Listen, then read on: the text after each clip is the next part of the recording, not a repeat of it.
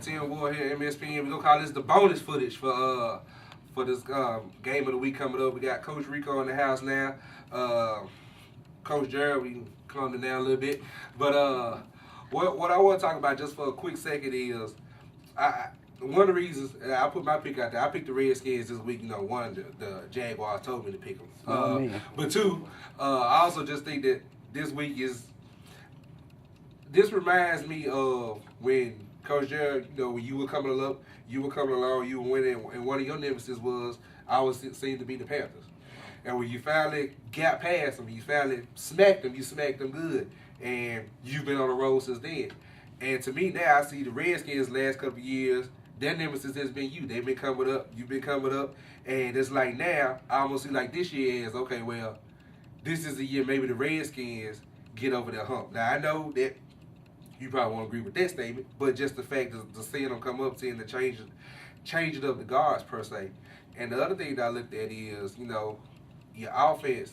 Everybody, we all say roughing. And you see them play, you see why. But also the other thing with your offense, you said there are other players out there. Who else you got now? Well, what I'm gonna say is, just keep watching. Okay.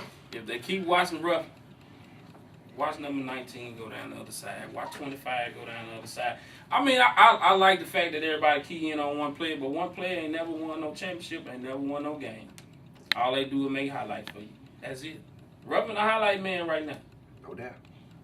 So what we do is we just make sure we get other kids prepared to make game situations. Them tough games, you need another guy to step up and make a play. And that's going to be the guy who make the play. So, do you know who he is now?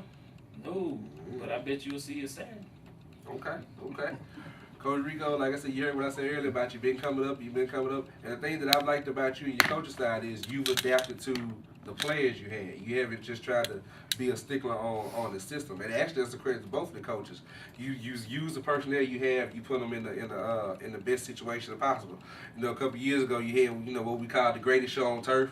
Last year you had what Mr. Brownson called ground and pound. And this year to me is like a combination of both of them. You can throw it, you can run it, you can do whatever. And coming along the last couple of years, and you've been in big games before, how do you feel all that experience has helped you to prepare for games like these? Well, like you said, as far as me taking the athletes that I have and working with the athletes that I have to put them in my the formations of offense or defense that I run, we just gonna continue to do that. We got a program, and I mean a program, A, B, and C team, to which we have brought these kids up from C team, learning the same thing to B team, learning the same thing to A team does, and we moving right on along. So, we not worried about it. We ready to play ball this Saturday, and to comment on everybody's topic about Ruffin. Ruffin is the man. I take nothing away from Ruffin. I've been watching for the past 4 or 5 years. Like you say, he's a highlight guy and everything. He does what he's supposed to do. But also to comment on that, I'm with you on who else you got. My thing is, we're going to have to find somebody else to beat us because Ruffin will not beat us Saturday. That's just the way I feel. My defense is ready. They prepared. And, like I say, not to take nothing away from y'all, Coach, you saying you got more than Ruffin. I've been trying to keep up with y'all because y'all are an outstanding team. And you're going to follow an outstanding team. But I haven't seen nobody else in the end zone for y'all this year other than 26. So, we're going to be ready to play ball. We're going to be ready to play Ruffin. So that's what I got to say. Now, that being said, everybody know about your camera, but you got a cam over there as well. Yes, I do. That's, been doing the same thing for the same amount of time he's been doing it. So, it's going to be, that's the game you want to see. Yeah. If you want to see some real football, come out Saturday morning, and you're going to see some real good football between, in my opinion, the two best players in MISA right now. The battle of the cams. Battle of the cam. Which cam go get loose? But in reference to that, I've got 7 guys that have scored touchdowns this year. 7 guys. 7 different guys have been in the end zone. So, I feel like we're a pretty balanced team. It isn't all about Cam for us, but our Cam does take them the distance too. So, we're going to be ready to play ball and, just lay it down. And I'm looking forward to it, Coach, because one thing you hit on the head, Gerald has been my nemesis, and he's gotten the best of me for the past 3 years. And right now he has bragging rights. And, you know, I beat them in the regular season last year, but I came up short at the end. So, I mean, you know, anybody can be beat on any given Saturday, but we're going to be prepared to play ball this weekend.